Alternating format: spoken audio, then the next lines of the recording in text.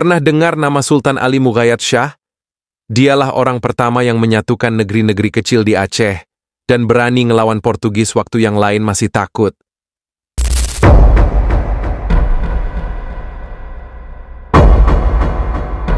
Dulu, Aceh bukan seperti yang kita kenal sekarang. Nggak ada satu kekuatan besar yang menguasai seluruh wilayah. Negeri-negeri kecil hidup sendiri-sendiri. Ada yang kuat, ada yang lemah, tapi semuanya jalan masing-masing tanpa satu arah yang sama. Perdagangan ramai, tapi politiknya kacau. Wilayah utara Sumatera ini seperti lautan kecil yang dipenuhi perahu-perahu tanpa nahkoda. Sampai suatu saat, lahirlah seorang tokoh yang bakal mengubah semuanya. Namanya Ali Mughayat Shah. Lahir di sebuah kawasan yang disebut Darul Kamal, dia bukan cuma orang biasa. Ayahnya, Syamsus Shah, adalah salah satu tokoh penting di kerajaan kecil itu. Tapi yang bikin Ali Mughayat Shah beda adalah pikirannya. Wawasannya luas, dan semangatnya seperti api yang nggak padam-padam. Dia bisa lihat sesuatu yang orang lain belum lihat. Potensi besar dari negeri-negeri kecil Aceh kalau bisa disatukan. Ali Mughayat Shah tumbuh di tengah situasi yang rumit. Di satu sisi, ada ancaman dari luar, terutama setelah Portugis merebut Malaka pada tahun 1511. Di sisi lain, negeri-negeri di Aceh justru sibuk bersaing dan kadang saling bermusuhan.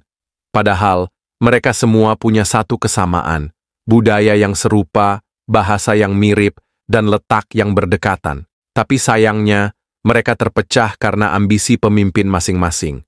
Melihat kondisi itu, Ali Mughayat Shah tahu, kalau Aceh terus begini, tinggal tunggu waktu sebelum hancur satu persatu. Dia mulai berpikir, kalau tidak ada yang menyatukan mereka, maka harus ada yang memulai. Dan dia memutuskan, dialah orangnya. Langkah pertama yang ia ambil, bukan dengan perang, tapi dengan membangun pengaruh. Ia mulai dari dalam dulu, menguatkan posisi di wilayahnya sendiri. Dengan strategi dan pendekatan yang cerdas, dia berhasil mendapatkan dukungan rakyat dan para pembesar. Dia nggak pakai kekerasan duluan. Dia pakai kepala dingin, diplomasi, dan kebijaksanaan. Tapi begitu posisinya kuat, barulah dia melirik keluar. Satu persatu negeri-negeri kecil yang ada di sekitar Darul Kamal mulai masuk ke dalam pengaruhnya. Ada yang diajak kerjasama, ada juga yang ditundukkan secara militer, tapi semua dilakukan dengan perhitungan. Ali Mughayat Shah bukan tipe pemimpin yang asal serang. Dia tahu kapan harus bicara, kapan harus bertindak. Dan yang paling penting, dia tahu tujuan akhirnya, membangun satu kekuatan besar yang bisa menyatukan seluruh Aceh. Waktu terus berjalan, dan kekuatan Ali Mughayat Shah makin besar. Tahun demi tahun, wilayah kekuasaannya meluas. Rakyat dari berbagai daerah mulai melihat bahwa pemimpin ini beda. Dia bukan cuma mau berkuasa, tapi dia punya visi. Dia nggak cari kekayaan untuk diri sendiri, tapi dia bangun sistem yang kuat dan tertib. Dan akhirnya, pada tahun 1514, terbentuklah Kesultanan Aceh Darussalam, sebuah kerajaan Islam yang berdiri di ujung barat Nusantara, dengan Ali Mughayat Shah sebagai sultan pertamanya. Tapi mendirikan kerajaan baru itu baru setengah perjuangan. Tantangan sebenarnya datang setelah itu. Karena ketika satu wilayah tumbuh jadi kuat, pasti akan ada mata-mata luar yang melirik, bahkan khawatir. Salah satunya ya Portugis. Setelah mereka kuasai Malaka, mereka anggap kawasan sekitar sebagai milik mereka juga. Jadi waktu Aceh tiba-tiba muncul sebagai kekuatan baru, Portugis langsung pasang telinga.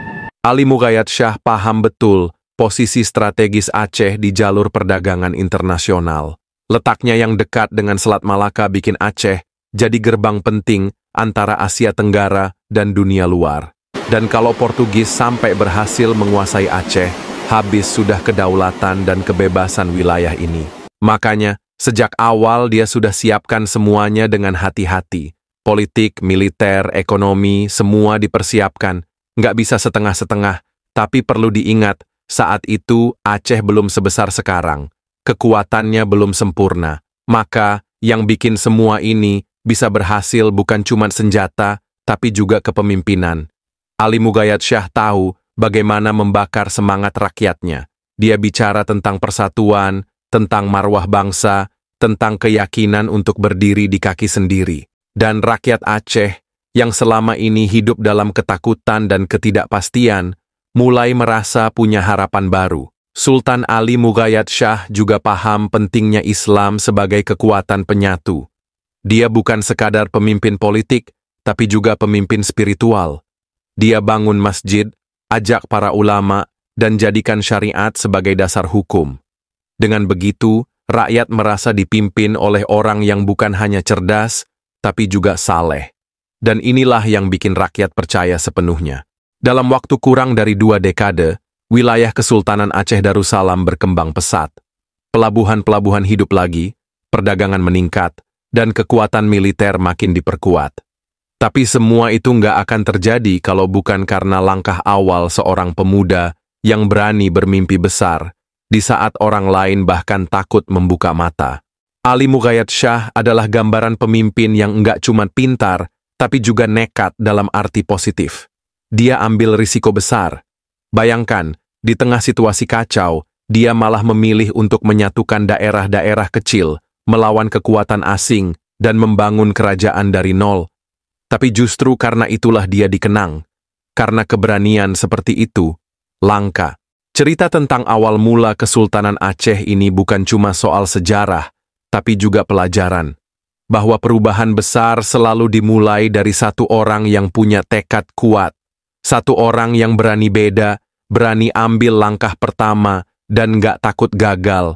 Dan Ali Mughayat Shah membuktikan, kalau kita punya visi, dukungan rakyat, dan semangat yang nggak gampang patah, maka apapun bisa kita capai. Hari ini, nama Ali Mughayat Shah mungkin tidak setenar tokoh-tokoh lain di buku sejarah nasional, tapi di Aceh, namanya abadi sebagai pendiri kerajaan yang kelak menjadi salah satu kekuatan Islam terbesar di Asia Tenggara. Tanpa dia, mungkin kita nggak akan pernah dengar kisah-kisah hebat dari Sultan Iskandar Muda, Laksamana Malahayati, atau tokoh-tokoh Aceh lainnya. Dan semua itu bermula dari satu tekad, menyatukan yang terpecah dan membangun dari nol demi masa depan yang lebih besar.